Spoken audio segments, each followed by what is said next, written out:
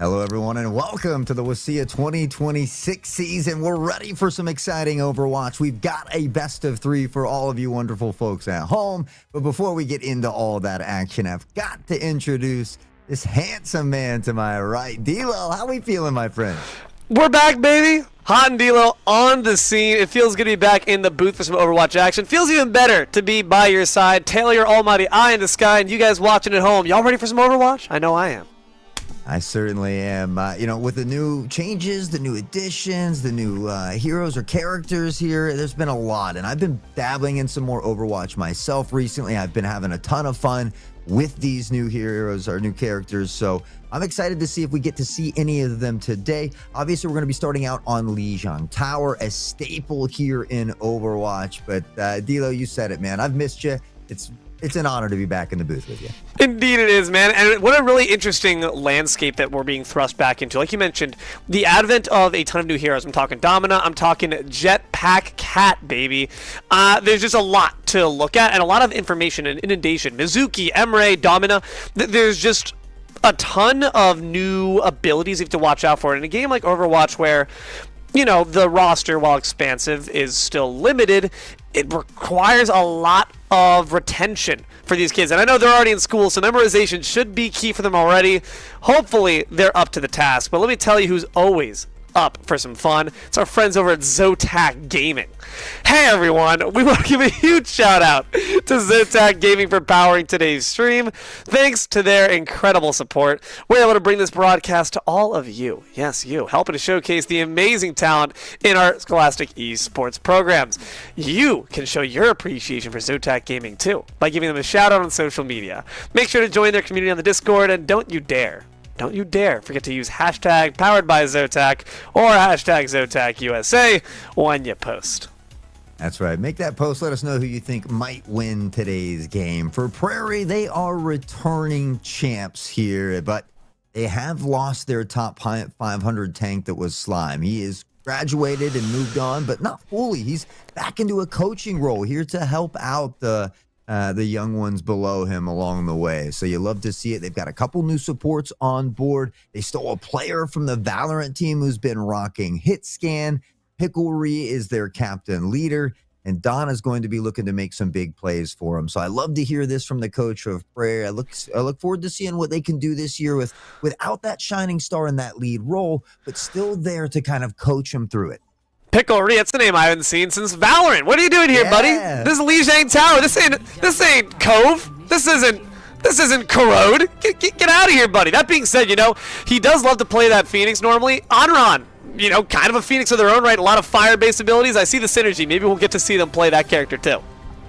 Hey, I love Onron. Certainly a very, very fun addition. Domina, this new tank, though, has been difficult for a lot of teams to deal with. I wouldn't be surprised if we see some of her that out and about amongst this, but as we get to see some of these character selects, we talk about that comfortability pick at the Scholastic level, and that's what we see a whole lot of here. Sigma has been so strong lately. A Genji, a Cassidy here from Prairie. They talked about the hit scan from the Valorant player of Prairie, and that's what we might get here on this Cassidy.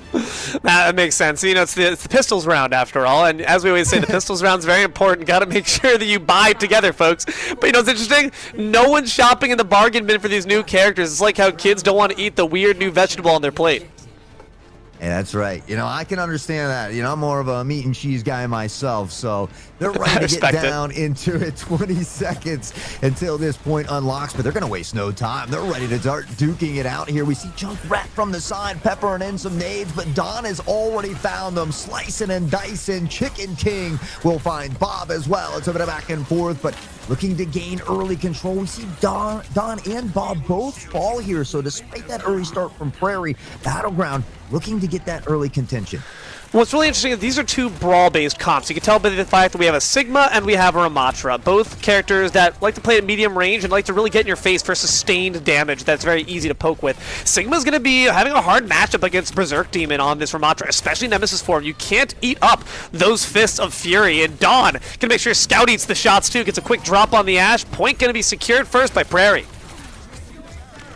start to pad that percentage. It's been a bit of back and forth, but there's that Valorant star of Prairie. He's found two with Cassidy, and that's Ramatra who's fallen. With no tank, it's tough to pressure in.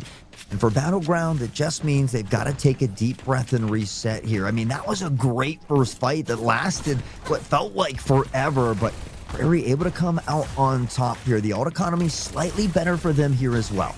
Yeah, dude, Prairie, how do you already have an ultimate? What's the matter with you? You're disgusting. You just killed Radya, dude. Jeez. Someone get this guy back in Valorant. He's too OP in any FPS they seem to play. Dawn makes sure to let the sun set on the life of the Moira, and it's going to just keep on going. Prairie makes a three-piece combo, makes it a team kill. Absolute destruction here for Prairie so far. Yeah, a couple fights in a row, and you'll see that they're already now about to halfway point here. So we do see some swaps coming out from Ramatra. Here, the Berserk Demon's going to go to the Orisa Scout now toward this Ashe as well. And maybe with the help of Bob here, eventually, you can look to take this point. But they've got to find a way to pressure in. And right now, it seems like Prairie's doing a good job of kind of separating the path. I mean, dude, Dawn with a perfect pulse, and the fact that you have a Sigma up against you, that Bob is going to be stifled by the Eat. Unfortunately, Death does go down, so maybe this overextension could potentially bear some fruit here for Battleground, but the issue is the Battleground's still in their spawn. It's a team kill on their entire base, and it does not seem like Prairie have any signs of stopping. Yeah, I mean, they are just in full stride at the moment. You see Game Boy with the ult here as well. That Sigma ready to let the Melody sing. Lucio's not far behind as well. Prairie looking for another Deadeye. And so they've just done a great job of staggering out the ults. We see Death able to capitalize, ends up finding a two-piece on the back of it. Bob says, not without me, you're not. He'll pick up on the Pelly Pablo, and with the rest of that, the crew seems to just kind of fall like dominoes here. It's 100-0. That first fight a very close one, but it just seemed like Battleground couldn't find any pressure into that hill once Prairie gained control. The DPS were not able to find picks individualistically. Once the fighting got more dispersed, it was very clear which DPS duo just has a bit more trigger discipline and also is able to click heads more efficiently. Like we said, Prairie, it comes from a background of games where it's not really about the fancy abilities. It's literally just about your marksmanship. So the fact that they have that background is genuinely incredibly useful and much likely informs why they're able to perform so well in this game as well. You have kind of workarounds. You have crutches. Junkrat can be very efficient, especially on this map where that inside objective can be a microwave. As long as you get the grenades in the right place and the traps on the right targets, this Junkrat can put in work. And just pop it in and nuke it. Hopefully that is what they're going to be doing here. But there's a lot of places to be booped off around this point as well. So, you know, Lucio could have potentially a field day here. There's not too many other that could get away with it, but you see some early pressure here. Dawn already on toward the point. Now the other direction, and this is something Dawn's done very well at front line, back line. It's in and out, disruptions, distractions, and then finding picks. Prairie will piece apart the tank once Scout falls, and after that again, it just happens, that domino effect. So for Battlegrounds, once more, it will be about regrouping here. And once more, it'll be a team kill as well. Dawn led the charge. Dawn, it's okay. I know we saw you swift strike into a wall, but you got like a triple kill after that, so I'll sweep that to the side, buddy. You're killing it. And the issue was no one's marking this Genji. If you're going to have a Genji diving your backline, like you said, there's got to be someone who's in charge of keeping them in check. And to me, that's probably Berserk Demon or Pelly Pablo, who is playing the character meant to counter Genji. Can't deflect the beam, so make sure you put her on that Genji to ensure that Dawn can't see the same success. 100%. You put Pelly Pablo on that Genji, you make his day more difficult. Maybe you play around the trap of Junkrat as well. Unfortunately, that is not the case. And Pelly being punished here. Do a good job of the target acquisition on the side of Prairie. You see Sigma with the ult as well, and the fact that he gets the kill onto the tank here just means more trouble for Battleground. Prairie will look to pick him apart. Scout does fall, and for Battleground, they either have to just go all in and die or fall back and regroup so that they can find themselves as a team here yet again. But unfortunately, right now, this composition doesn't seem to quite be working for them. This Genji is giving him difficulty, so I don't think it would be a bad idea maybe to find the swap. Mei is another character that can do very well against Genji, especially on a map like this. You can put up walls and kind of isolate some of these fights. Put the ice in the isolate too, but Chicken's gonna stick by it. Dragon Blade, unfortunately, gonna leave with Scout's head. One more swish of the sword. Radya falls dead to the ground as well. It's an attempt at a back cap there from the Moira, but Dawn shows how much they care about the tier list. Matchups, I am the matchup. Pelly Pablo gets absolutely clobbered. Make it 3 on top, a chicken meal combo right after.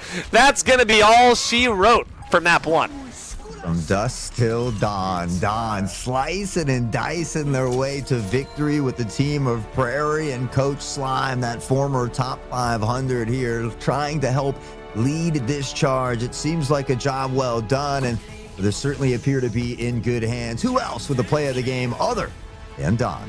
Oh, what a sick highlight intro. That thing is awesome.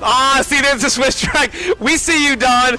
We see you. They're sandbagging. Didn't want to, make it too easy, but it really did look like it. I mean, just the fluidity with which they move from target to target. And I like what you mentioned earlier, target acquisition. They had it. Battleground just didn't. They needed to focus out Dawn as a group. They needed to make sure that they are looking for the key threats and trying to isolate and pick them apart early. Prairie, it seems like, as a team, as 5, and as individuals, they just operate better.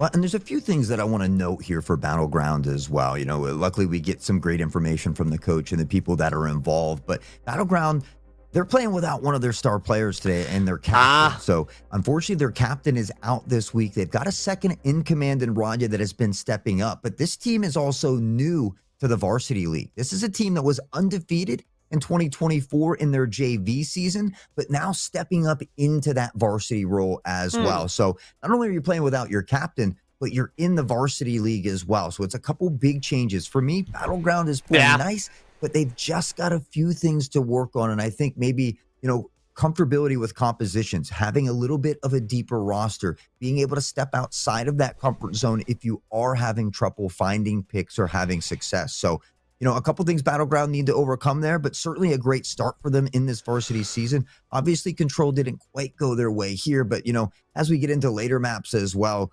I tend to like payload. I do better on the payload. So I think that does happen for team to team, especially at the Scholastic level. Some players just don't like a stagnant objective. Some players like to, get moving and grooving. I can respect that. I got ADHD. I want to be bouncing up and down. I don't want to be staying in one spot for 60 minutes. That sounds awful. Sounds terrible. So completely understandable to maybe take it to somewhere a bit more mobile.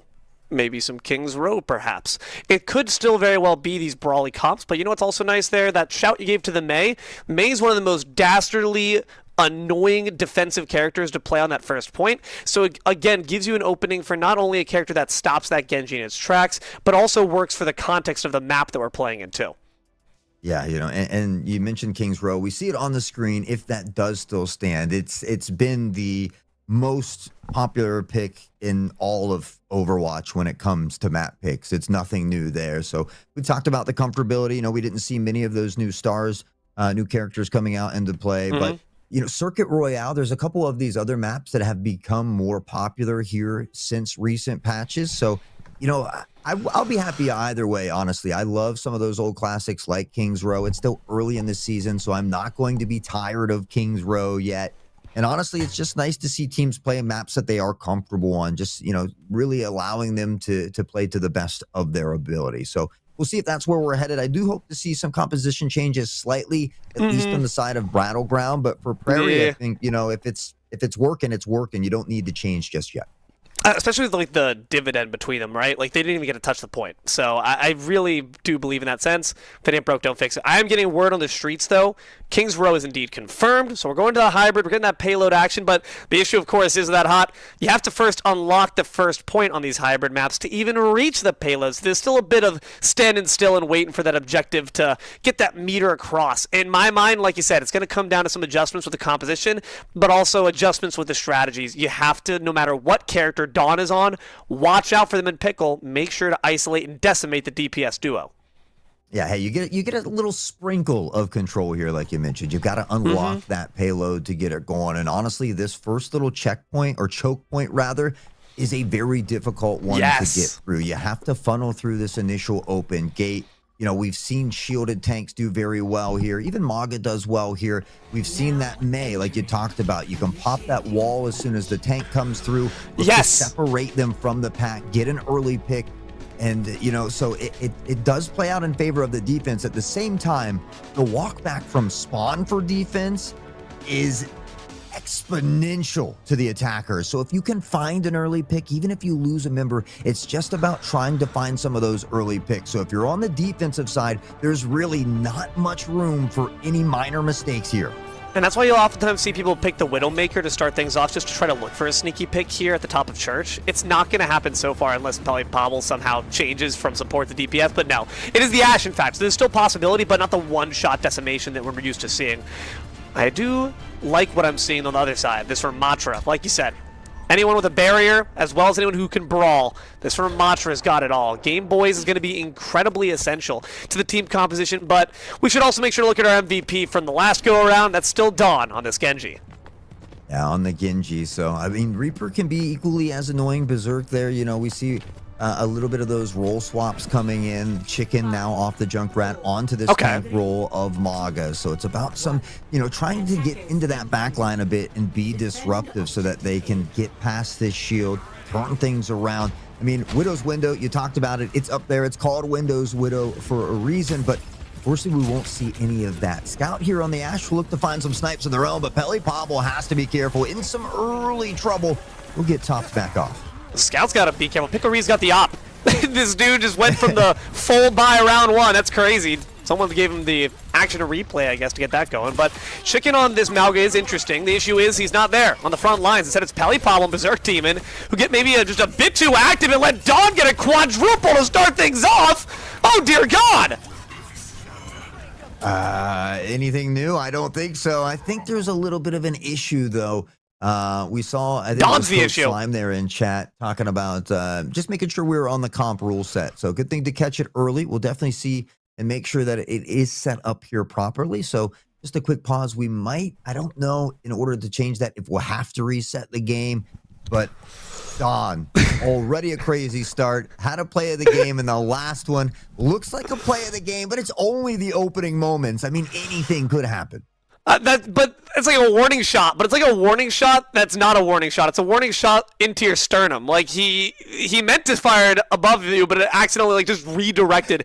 Dawn on this Genji, again, just moves so fluidly. And of course, the resets with the Swift Strike mean that once one body falls, another is likely to follow. That Mauga's got him in the front lines, absorbing that heat. Otherwise, the rest of your back line is just going to get cut into sashimi. It's tough. Yeah, you're absolutely right. I mean, Dawn has just consistently been in this back line and often finding picks. When they don't, at a minimum, it's causing everybody to turn around. It's taking heals away from the tank. It's distracting the DPS, and it's just been something that's been difficult for Battleground to be able to kind of deal with. And, you know, what better way than to have returning Slime as your coach? I mean, he's been in these situations before. He can kind of help navigate this team. Obviously, he's worked with some of these players before as well. So, you know, I have an idea that he's got a big role in this, but it's great to see that Prairie is able to execute this near flawlessly. I mean, they are looking almost perfect here today. I mean, well, yeah, let's talk further about that lore you dropped earlier, the fact that Slime, the prior generation, one of the hollowed members in the Hall of Fame that is Prairie High School, is now leading the charge. It's like so cool to watch, you know, obviously still a young buck himself, but the multiple generations that are now being erected into Overwatch WSSEA glory. It's really sick because that just means you can pass on that knowledge directly right from the source, right from the horse's mouth. And that's clearly being reflected. You're seeing this top level of play, the intergalactic level, because it's being delivered directly, the trickle-down effect, and it's going to continue to result in generation after generation of Prairie dominance. Battleground, like you said, they're unfortunately not only operating without one of their starters, operating without a captain is just tough because it's also the leadership, the shot calling, and that's potentially why we're seeing them struggle when it comes to finding someone to mark and target and take down some of these particularly problemsome players. Yeah, you know, and they've stepped up a division, a league here as well, from the JV into the varsity. So obviously being, you know, undefeated in 2024 as that JV squad is a magnificent feat on its own. But, you know, now things are a little bit tougher, and we don't expect them to go undefeated. But, you know, luckily for them, they get to play a really tough team early in the season. Yes. So they get some good experience under their belt.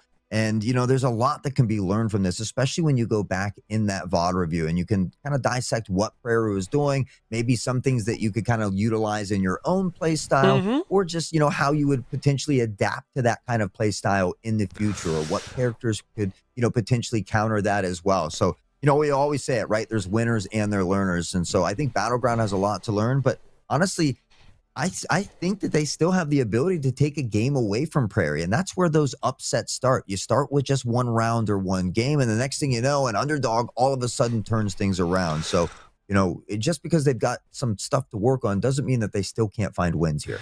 I was waiting. It's on my bingo card. Hot Sauce or D'Lo mentions that there's winners and learners. Can cross that one off. 3 more, and then we're good. The Zotac adds right next to it. Like, we got it all, baby. But you're absolutely correct. And I also am of a similar mind and body where I believe that Battleground have potential to take this one off. It's going to be difficult. It's an uphill battle for sure, but it's one they can potentially do. I think by needing to, zig where the opponent's zagging, do something more unexpected, maybe try to take a risk, try one of those new heroes that you've maybe been experimenting with in a game like Overwatch, where a lot of the matchups are decided by your ability to have a deep character pool. If you are not abiding by that, if you're refusing to flow like water, if you're staying stagnant, then you are not staying with the spirit, the nature of this game. Right now, the nature is a quick little reset. Seems that the comp rule set has now been established, so even though you don't see it on the stat board, Dawn's killing spree is certainly remembered. Oh, yeah. It will not be forgotten. But, and when you're doing well, it's great. You can stick with those compositions that you work, with. But to touch base on what you were talking about a little bit there, but I think now is a better time than ever. If you are struggling a little bit, you are down, and at this point it really doesn't matter. It's just about having fun. So try some of those new characters that you've been playing with. Step out of that comfort zone. Maybe you steal away a win, maybe you don't, but at a minimum, you get to have some fun. You get that experience as well, and you get a little bit of a different vibe with some of those different characters, and finding out what works for you and what doesn't. What other game can you be a jetpack cat that tethers people into oblivion? Granted, there are not any spots to boot people off, but you can, take them up to a higher floor. Like, come on, dude. Have a little fun with it. It's Overwatch. It's wacky. Nonetheless, we're stone cold serious here. The members of Talon assemble. It's Malga, Reaper. You got the Alari behind, which is interesting. Those pylons, will be really useful as long as you're camped around them, which you can see already. Around the gates, we're going to be here a while. Yeah, this is great. I think she's phenomenal for this first point. It's going to be up to Prairie to kind of step to the side there and find it, which they already do. I mean, Pickle Reed, despite being a Valorant legend, has picked up Overwatch very nicely. You support in Dawn here, who's just a menace, an arch nemesis, if you will, into the back line. And it's just a composition that works really, really well for them. So already a good start and a good stand. It's not Widow, but we do see Scout up here at Widow's window trying to find a pick. Unfortunately, this weapon doesn't quite do enough damage to find that one-hitter quitter on some of those squishier targets. It's got to find the hits either way, or it's not getting a marker at all. That's the big problem. You got Bob here, who's lethal in their own right, but Dawn finishes the job, and the Demon will be exercised. 3 minutes left. Still plenty of time, but what's also the issue is that because the fact of the matter is we're just not hitting many shots on the side of Battleground, these ults are not being charged. They're going up at a very slow rate, and Prairie's been able to build up theirs. I don't think I've, in fact, seen a single ultimate just yet from Battleground so far, and that's really rough because, of course, that's one of your calling cards to actually take a point, take a fight. Yeah, sometimes it's as easy as just pressing Q, but you got to be able to build them up first, and you see Pickle Reed just gets this Deadeye on point here as well. Another one of those ults that can be very devastating. Berserk, though, on the Hanzo, finds a pick onto Pickle Reed, and without them or that ult, they're down a player. This potentially could be the break that Battleground needs to get through. Unfortunately, sent plummeting back down to Earth. Berserk, Demon, and Pele Pablo go down. It's a sobering sight. One more fist, one more body drops. Radia is going to be gone down. Game Boy is not playing around here. This Ramatra can be deadly of its own right if they do not allow, or rather do not hinder it on the front line. It's got to be Chicken trying to go toe-to-toe with the tanks. Otherwise, this is going to happen. Berserk, really the real demon is Bob. Dawn takes down Pele once more. It's our regularly scheduled programming. Yeah, I mean, if Dawn is not getting a kill or Pickle Reed, I mean, the supports find ways to get in there and get them, combined with Game Boy here on the Ramatra, who's close to their ult as well. And, well, Name's ult is Annihilation for a reason. That is what it leaves in its wake. There is almost 5 ults on deck here for Prairie, 0 for Battleground. And you talked about that uphill battle. It's getting a bit steeper now. You have Berserk Demon switching over to this Sojourn. That's not terrible, but the issue is we just got to get it up quickly with that overclock. We got to make sure those railgun shots are finding a mark. Pelipablo on the Ana as well. Sleep Dart could be an interesting way to stop this incoming Dragon Blade. Don's got it charged up. The question is, when do we let it rip? That's a good question. I mean, for Prairie, you'd like to see him just use maybe 2 at a time. Honestly, they've have enough ults right now to stagger out a couple fights and win these last 2 or 3 and potentially shut it down. I mean, Bob is a huge one. Maybe you wait for Juno to get their ult here as well, and you try to power them both forward together to unlock this payload and give yourself some more time. But Prairie on a pickle spree. I like the respect that we're seeing from Prairie. They don't want to blow the entire kitchen sink. They want to make sure to keep these ultimates in check, knowing that there's still always a chance for Battleground to come through, especially with the orbital laser coming down, but unfortunately no one's there to take advantage from it. Berserk's dead, Pelly's down, Scout's decimated. Prairie, Don, they combine for the final 2. Chicken King on the Junker Queen, if you will, does go down as well. And who else but Don? And I mean, the blade is there. All 5 ults are behind there. you, 7 Reaper. seconds on the clock. Annihilation will come out, and there's really not much Battlegrounds can do at this point. Reaper behind you! No! This is the horror movie character. I'm gonna go look for clues. We never heard from Berserk Demon once again. Don, make sure that Chicken can't tell the story. Cuts that chicken into bite-sized nuggets. Now, that is a solid way to start off your hybrid map. It doesn't get any better than that in my mind. I mean, they don't even really touch the point. There's no ticks to be gathered there. And, you know, for Prairie, it's potentially the shortest King's Row that they'll have to play. They only need, you know, a tick in that column there. They don't even have to unlock the payload at this point to get 2 on the board. Now, I do believe it's only a best of 3 today. I know the bottom middle of the screen does say best of 5, but I think that might just be an error.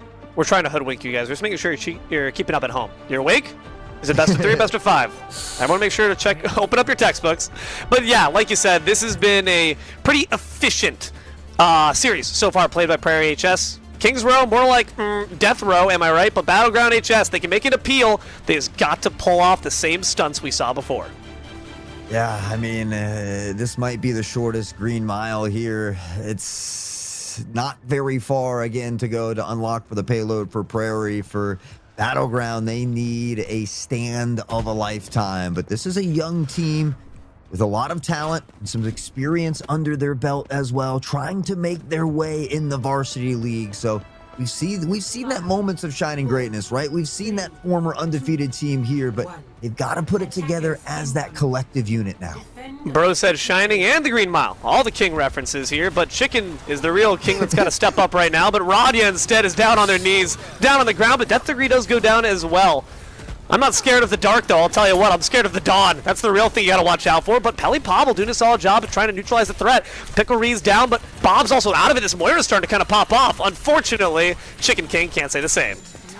Yeah, Pelipablo does find a nice kill. Unfortunately, without the tank, it gets tough. Game Boy looks to kind of isolate this fight here with Moira, and once the fade goes down, she's really able to be punished. We see Dawn pounce immediately, finds the 2K, is hungry for kills, can't quite seem to get full, but is going to have to wait a little while longer because Prairie shuts it down here in dominating fashion. Returning champs, it doesn't matter if they have that top 500 on the battlefield because they got them in the coaching spot. It was Dawn the first time. It's Pickle Ree this time, although if we didn't have that restart, it may have been that Dawn 4K. Yeah, Pickle Ree maybe was actually the one behind it. Pickle Ree's the one who recent the compo says, you're not going to take my limelight, gosh darn it. I'm still one of the top fraggers around here, and they certainly made sure to make good on that name. Prairie HS do take it in an efficient 2 maps. Yeah, I mean, again, if you're Battleground, you hold your head high. You came out here, you put on a great fight. Obviously, you know, you're stepping into a new realm as well, and you're doing it without your captain. So you love to see that determination from the young students, the willingness to get out there and give it their all, regardless of what, you know, the outcome might look like. So we give a big shout out to Battleground on a job well done. We look to see them bounce back in weeks to come. It is all big GGs here for Prairie, from returning champs to Well, continuing that domination here, they are looking like the team to beat. Absolutely, guys. Make sure to study up. Like you said before, and like we said across a million broadcasts, it's not over just because the series is. You look back at the VOD, you find out what elements you want to take from your opponent's game, and you find out what elements of yours you can step up.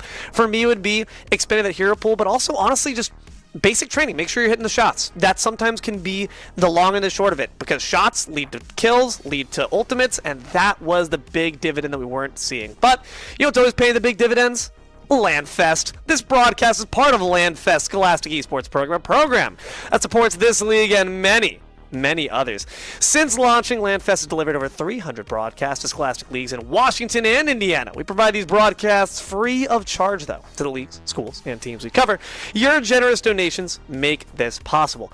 Every $200 raised covers the operating costs for one regular season broadcast. If you appreciate our work, scan that QR code on the screen right now, donate today, open your hearts, and maybe, just maybe, open your pocketbooks.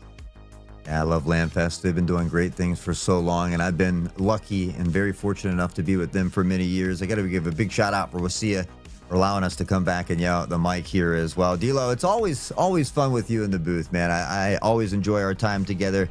It's always a great time getting to showcase all the young, wonderful talent that we have over here at WSSEA. Absolutely, 10 amazing players, and that's not even all of them. We got still more waiting in the wings, so looking forward to seeing more from both Battleground and Prairie in the future. But as far as we got here for y'all today, that is going to be it for WSSEA Overwatch action. I've been D'Lo. Joined in the booth, my friend Hot Sauce. We've had Taylor, our almighty eye in the sky, keeping the prod lights on and that cam steady. Please thank our prod for all they do. We could not yell at games without him. And last, but certainly not least, thank you, loyal, obedient viewer, for your time. We hope you've enjoyed this series just as much as we have. Keep an eye to the sky for more WSSEA action coming at you tomorrow. Smash Bros, same time. I'll be there. You better be too. Good games. Good night.